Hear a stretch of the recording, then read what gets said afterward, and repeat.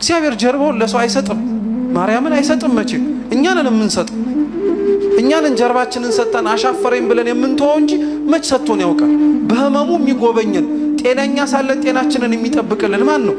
እግዚአብሔር ብቻ እኮ ነው። ሌላ ማንም የለም።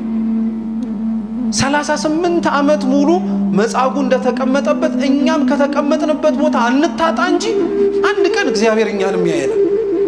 አሁን እኛ እኮ ተስፋ ስለምንቆርጥና ትግስታችንም ጭምር ስለሚሟጠጥ እኮ ነው የተወሰነ ጊዜ እንጠብቀውና ተነስተን እንሄዳለን። እግዚአብሔር እኛን ለማዳን እኮ 5500 ዘመን ጠብቆናል። ልባችን እስኪመለስ እናቱን በምድር ላይ ተመልክቶ እሷን የሚመስልም እንደማይኖር አውቆ ፈቃዷን ጠይቆ ማህፀኗ ለማረፍ ያንን ሁሉ ታግሶ ነበር እግዚአብሔር። እውነት እግዚአብሔር በታገሰ ልክ እኛ እሱን መታገስ ለምን ከበድን? እልህኛ ስለሆንን እኮ ነው። ጠባያችን በጣም ስለማይመች እኮ ነው። እውነት እግዚአብሔር ቤቱ ውስጥ በሽተኞች ሆነን ከነህማማችን ያስቀመጠን ጥሩ የሆነ ታማሚ ሆነን ነው? እንደኛ የሚያጉረመርም አለ? እንደኛ ሌላውን ታማሚ እንኳን ሰላም የሚነሳል እንዴ? ቤተክርስቲያን ቅዱስ ኤፍሬም ሶርያዊ ሲናገር የቅዱሳን ህብረት ብቻ አይደለችም ይላል።